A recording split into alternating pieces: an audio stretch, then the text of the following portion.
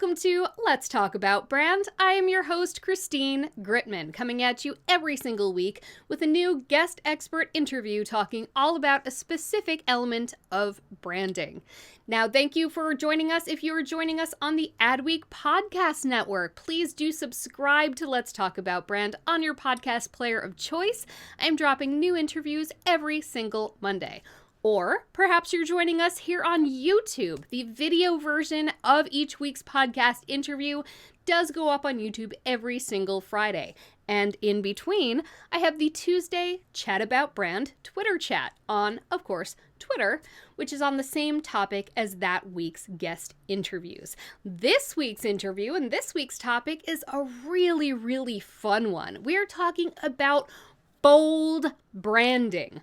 One of the interesting little puzzles when it comes to branding is context, industry context, branding context, kind of, do you want to fit into the picture? Do you want to stand out? Well, you do want to stand out, but you don't necessarily want to stand out in ways that make it unclear what you're there for.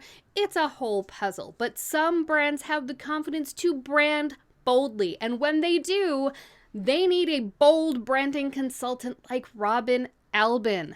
I actually first encountered our guest, Albin, many years ago. I will not get into how many years ago, but let's just say I was just a couple years out of college, and I knew her as this copywriting and product naming legend. I worked in the beauty industry in New York City, and she was really our secret sauce. I was in fact told to keep her a secret because she was really responsible for the incredible product names, the creative copy, all of that for a brand that I worked for.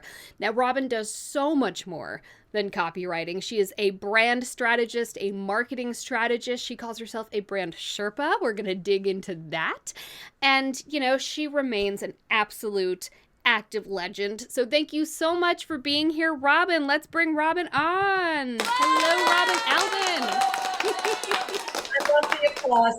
Thank you, Christine. That's quite an introduction. I hope I live up to everything that you just said about me. It's a lot.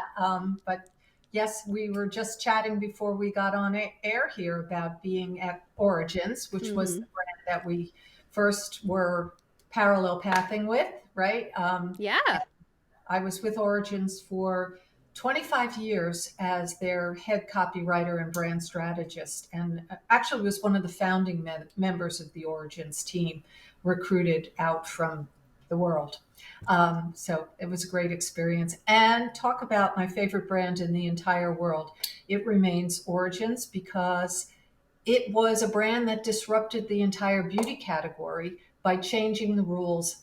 Talk about a bold brand, changing all of the rules from day one and sticking to it. And that's part of being a bold brand, is having the courage to maintain your identity even when there's a little white noise out there.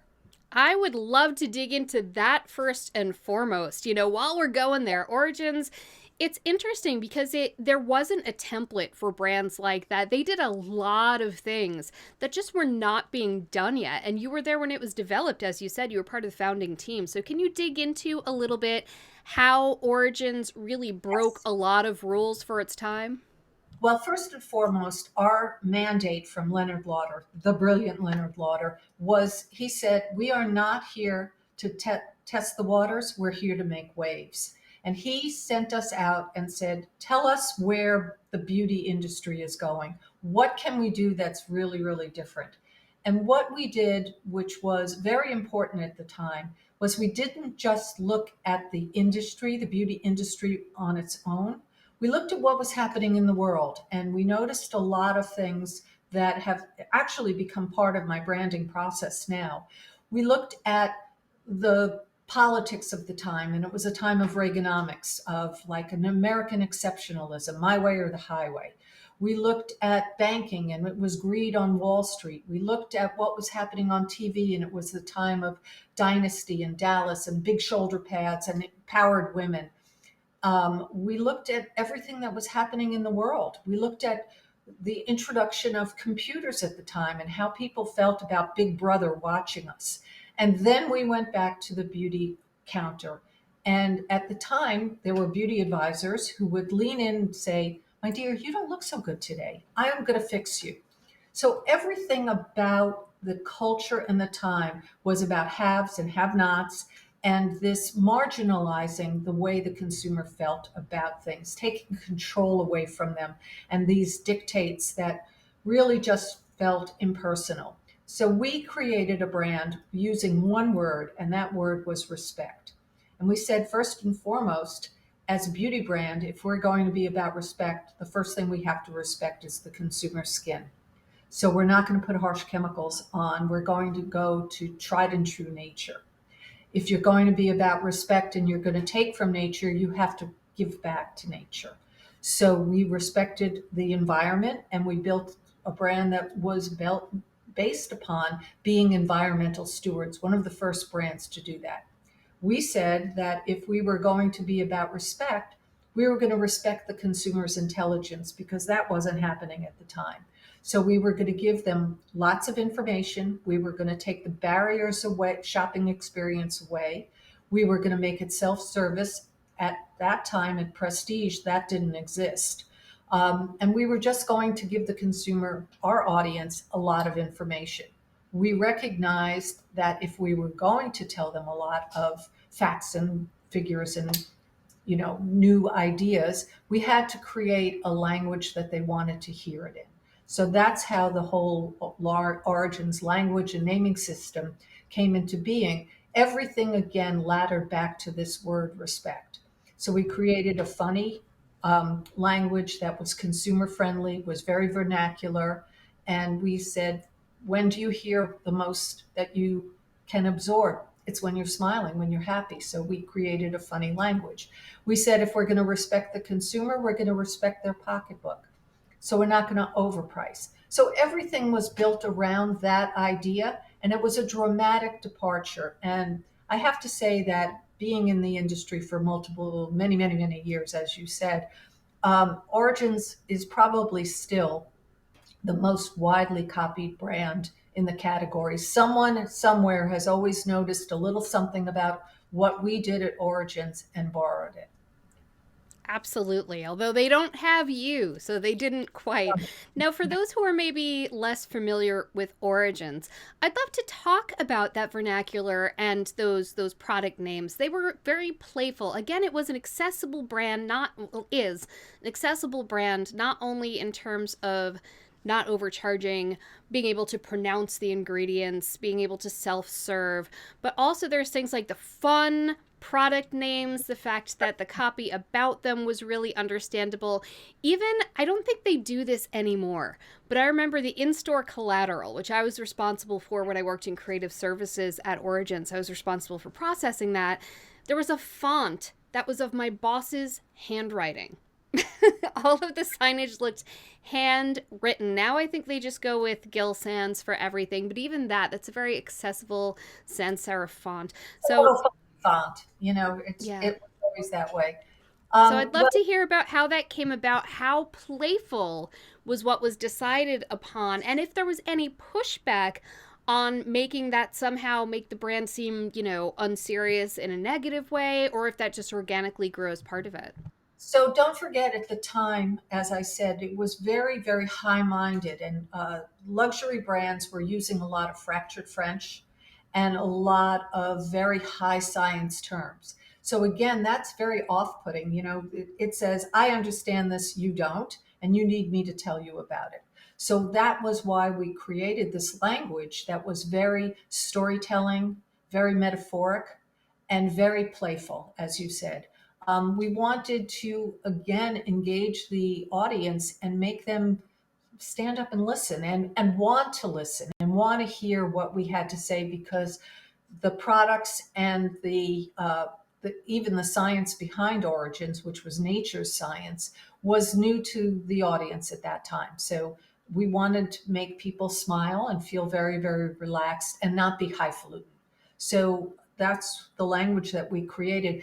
We did not get pushback. And I always tell my audiences and my clients now, if we had taken Origins to focus groups and we didn't just rely on our instinct and sensibility, people might have turned around and said, I don't understand what starting over means. I don't know what peace of mind means, because it was very, very unfamiliar at the time. And that's where I think sometimes brands lose their boldness is when they ask the consumer, what is it that you want? As opposed to sharing with them and making the consumers come to them and say, "Oh, I love that."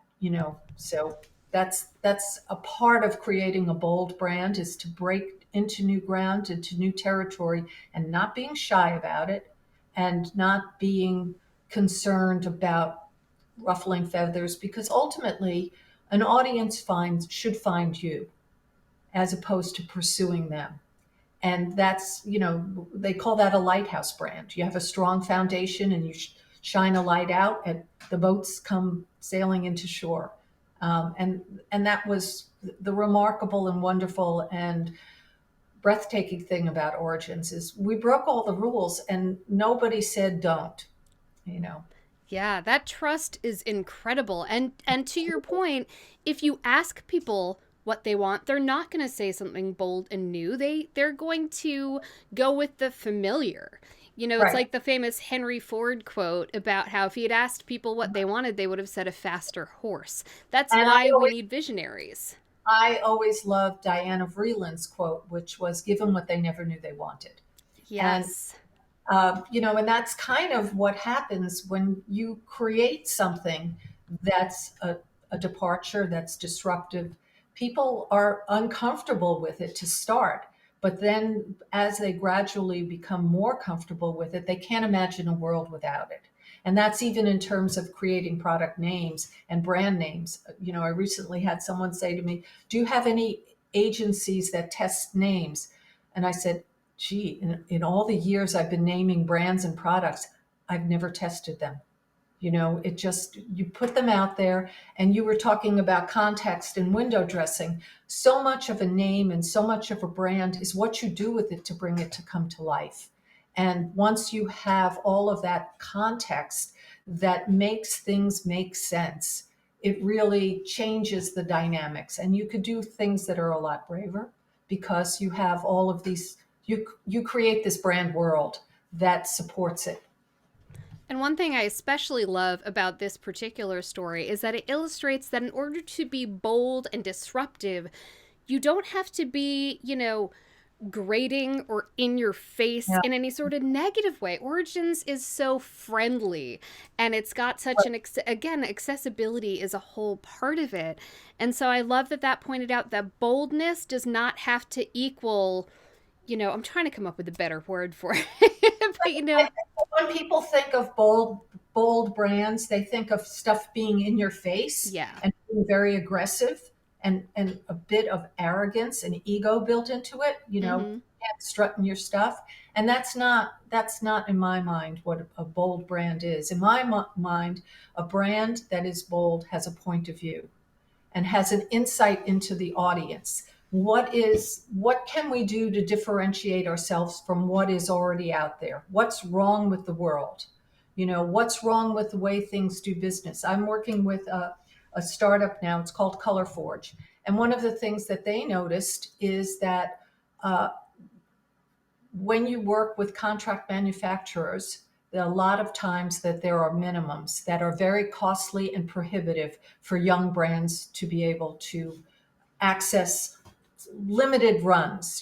Generally you have to have a $5,000 unit production thing. For a small brand, that's a big investment. So by doing 3D printing, they could do 5 units, they could do 50 units, they could do 500 units. It's will eventually, when it's launched, it will change the dynamics of how products are manufactured. So that's a bold brand taking, what has been in the category for a very, very long time and saying there's a better way to do this. Um, Another bold brand that I'm working with has said, there are consumers out there that are not getting the attention or the mindset that they deserve. So I'm working with a founder. Her name is Victoria Watts, and she has created the Cyrus system, which is a substitute for Braille so that the Ooh. blind and visibly impaired can navigate packaging and understand the difference between products. When you think about it, you go into your bathroom, and if you have 3 jars of product, how do you know which is the moisturizer and which is the cleanser? You Mm-hmm. know, or tubes rather, like that. And so she's created a symbol system, a little like emojis, that will be a language that will help the blind and visually impaired. And hey, I wear glasses. When I look at a little package that has mice type on it, you know, you don't think about the visual impairment. Or if you're in the shower, for example, and you have shampoo suds in your eyes, you're visually impaired.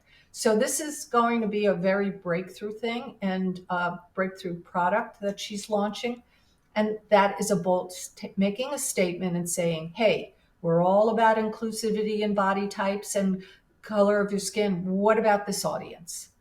So, there are different ways to be bold by identifying something that is not working that can be improved on, and taking and having a point of view about that. And then, as we said before, really sticking to that point of view. I love that. So a couple of the examples that you gave showed not only a disruption of brand, but also a disruption about the product itself. The idea of looking for that hole in the market, looking at something that could be done better. But, of course, not every brand out there is specifically addressing something that hasn't been addressed. Sometimes they are, addressing things that do exist. They're just addressing it from their own distinct point of view. So what are some ways that brands can do that, or should they even? If you're not bringing something new to the table, can you Oh, even be a bold brand? absolutely. Absolutely. There's no reason why an incumbent brand or a legacy brand can't be bold. And a lot of times, what happens is over time, brands start to accumulate a lot of assets and artifacts, and all of those things start to collide with one another. And what made this brand successful in the first place no longer exists. I call it, you've got this big kettle of soup, and nothing is really standing out and coming to the forefront. So part of the process that I do is that I call it detonating, and I blow the brand up. I take it apart piece by piece and look at all of the different elements of the brand. And then, like what we did with Origins, weighing it not just against the category it exists in, but against the universe, because no decision that we make is influenced by one thing. We are part of the world, and everything from politics to climate change to inflation influences all of our decisions. So then, by taking a look at all of these elements, these assets that a brand has, and saying, what do they mean contextually in the world today, you can begin to say what stands out as part of this brand that we need to bring to the surface, to bring it up to the top, and then use the rest of the information that the brand has at its disposal as part of the hierarchy, an organization of what is important and what can you begin to take from your heritage or from things that you've done and say, this is going to resonate strongly with today's audience. It's part of our DNA, but it means something more important now. So I wasn't even intending to take the conversation in this particular direction, but I happened to notice that right behind you is a book on the metaverse. And I know Yes. that the beauty industry in particular has actually been pretty forward when it comes to embracing the metaverse. I know that there are several brands who are really doing incredible things in that space. So I'd love to hear from you a little bit about that type of innovation where the boldness, it doesn't even necessarily have to come from doing, from the wider brand itself, but in terms of how it's applied, boldness in brand application. I'd love to hear your thoughts on some of the stuff that you've been seeing, including but not limited to brands embracing the metaverse and other new technologies like that. Well, I think the danger of the metaverse right now is that it's a shiny object that a lot of brands are chasing just to be part of the metaverse. And I always tell my clients and the brands, I do a lot of mentoring, and young brands that I work with, don't chase shiny objects. You have to be sure that something is part of what your brand DNA, the essence of your brand, and then use it in a way that works for your brand. So I wouldn't recommend going just chasing the metaverse. And it's still in its nascent form, and there's a lot of kinks that are being worked out. Look, I did some metaverse stuff, and I have to tell you that I became obsessed. You know, I played some games and I looked at some projects that are being initiated, and there's a lot of interesting stuff that's yet to come, like they're adding smell to the metaverse so that it's not just sight and sound and touch. So there's a lot of new things that are coming. There's a lot of ways to use the metaverse for medical and for technology that is behind the scenes and not necessarily consumer facing. So I recommend that if a brand is interested in what's happening there, they should really educate themselves as to what is happening, what's coming up, and saying, how does that relate to my brand, as opposed to just, I'm going to make it be a sales technique and, you know, we're going to go shopping in the metaverse. I think that shortchanges the brand and also creates an inauthenticity. Yeah, absolutely. You don't want to be just kind of a Now, you know, yes, you don't want to just be a go along thing with that. You want to have a point of view. Like you said about bold branding in general, have a point of view. own what's your point of view. That's the other really critical thing, is that just because I read this the other day and it made me really stand up and take notice. Um, if someone told you to go jump off a bridge because everybody's doing it, are you going to go jump off a bridge? And it was in a book, actually, it was in a medical book that I was reading for another project that I'm working on. And that made perfect sense, you know, and that's kind of what you see people doing now, particularly in companies that are looking for ways to dial up their presence and influence new audiences. You know, now everyone's fascinated with Gen Z. So how do we make our brand be Gen Z? Maybe your brand shouldn't be Gen Z.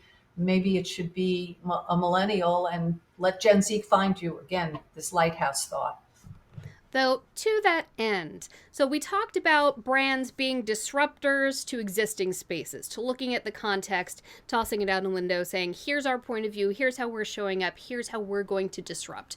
We've talked about brands who maybe aren't something new, but how they are going to present their unique point of view.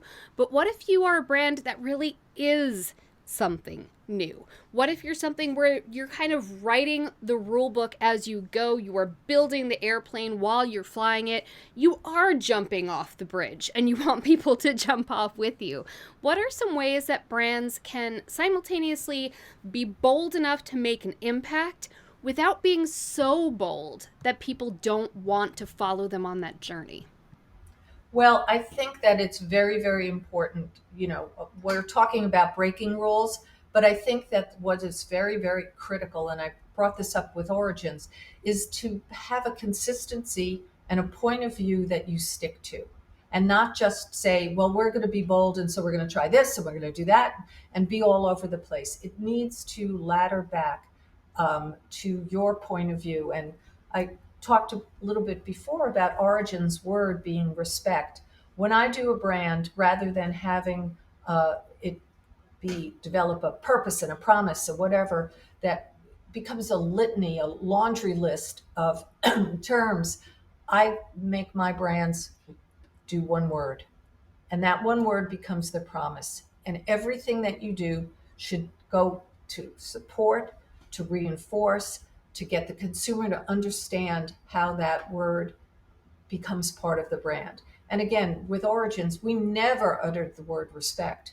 It was all delivered through our actions and the way the brand conducted itself. And that's what's really, really important. So that when you're asking the question about how to execute this, you find the word and you say, what does that word mean in a shopping experience? What does it mean in packaging? What does that one word mean in terms of product development, in terms of our digital and social? And by doing that, you stay consistent, you reinforce what you stand for, and your audience has reason to believe in you, and not only believe you, but say, I choose this brand because it resonates with me. Now, I of course love personal branding. So, Robin Albin, what is your one word for your personal brand? Oh, insurgent. I am the original insurgent, and I'm here to help you break the rules, to challenge yourself to be a little bit more courageous, and to take smart chances, not just risks for the sake of taking risks, but to develop your point of view and then be able to execute it in a way that you own. That, I think that's the most important thing.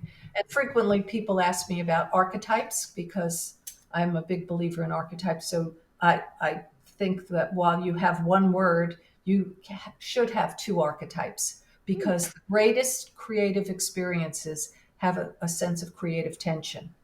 And that's what makes us interesting. And as storytellers, what is a story without conflict? It's nothing. There's no reason to listen to it. So by creating this tension within your brand as your point of view and your way of executing it, you become interesting. We all have different dimensions to our personalities. So I would say that I am a rebel and a caretaker, because while I'm encouraging you to jump off a cliff, I've got your parachute and I'm going to help you. I'm going to be right behind you, ready to pick you up and help you move forward. So, again, that also becomes part of the brand Sherpa story that we talked about earlier. I'm here to guide you. I'm here to liberate your ideas. It's not my idea. It's not my way or the highway. It's something that is locked within your brand that I am going to help you find and guide you to the other side. I love that. I gotta look into more. I gotta look into brand archetypes more. You know how sometimes certain words or phrases or things just keep coming into your path, just one after the other? Brand archetypes keeps coming up. So I need to dig into that a little bit more. Now, Fascinating, and you can really begin to see, once you understand the different archetypes, the brands whose archetypes resonate there. You know. now, final question. We've talked a lot about bold branding, about, as Leonard Lauder said to you when creating Origins, we're not here to test the waters, we're here to make waves. Are there situations in which a brand should maybe not consider striding boldly forward? Are there situations, are there industries, are there any reasons why a brand should not go bold? Yes, if you don't have the stomach for it, do not do it. I was recently talking with a young entrepreneur, and he vacillated back and forth. He just said, I can't do it. I can't do it. And I said, you know what? Don't do it. If you cannot say, come on, let's go. I want to do this. This is really exciting. I'm a little scared, but let's go do it. Then don't try, don't do it, because there's too many things. There are black swans waiting in the weeds to jump out at you. There's all these different mistakes that you'll make. And if you're just not of the courageous, brave type of leader or company, then there's nothing wrong with following a normal path of tried and true of, selling wonderful products. But if you want to break away and break the rules, you've got to have the stomach for it. I always say that Insurgents, my agency, is an acquired taste. It is not for everybody.